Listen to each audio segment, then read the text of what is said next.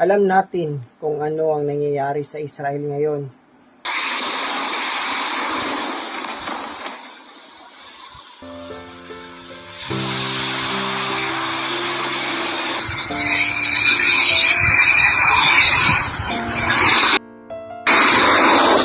Pero kung nagbabasa ka ng Bible, hindi ka na masyadong magugulat kung bakit nangyayari itong mga bagay na to.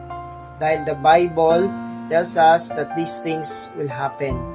And isa to sa mga sign na we are living in the last days. Let us read Matthew 24 verse 6 to 7.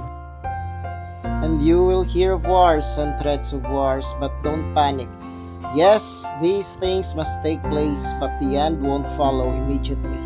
Nation will go to war against nation and kingdom against kingdom. There will be famines and earthquakes in many parts of the world. The last thing that we can do is to pray for Israel.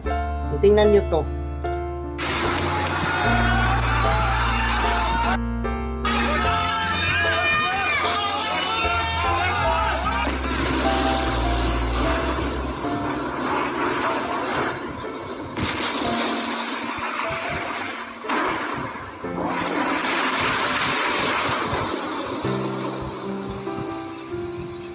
Maswerte pa rin tayo dahil gumigising pa rin tayo ng papayapa. Kaya kung nagka-privilege ka na gumising ngayon, get up, make sure na may relationship ka kay Jesus Christ. Nakakalungkot pero at the same time nakakamangha dahil itong mga pangyayari ngayon ay sinulat na thousands of years ago. Let us read Zechariah chapter 12 verse 3. On that day when all the nations of the earth gather against her, I will make Jerusalem a heavy stone for all the peoples. All who would heave it away will be severely injured. Ang tanong, handa ka na ba sa pagbabalik ng ating Panginoon? Sinabi rin sa Bible kung anong dapat natin gawin kapag nakita na natin itong mga bagay na to na nangyayari na. So let us read from Luke 21 verse 28. When these things begin to take place, stand up and lift up your heads, because your redemption is drawing near. So make sure na may relationship ka with Jesus Christ, dahil si Jesus Christ lang ang daan papuntang langit.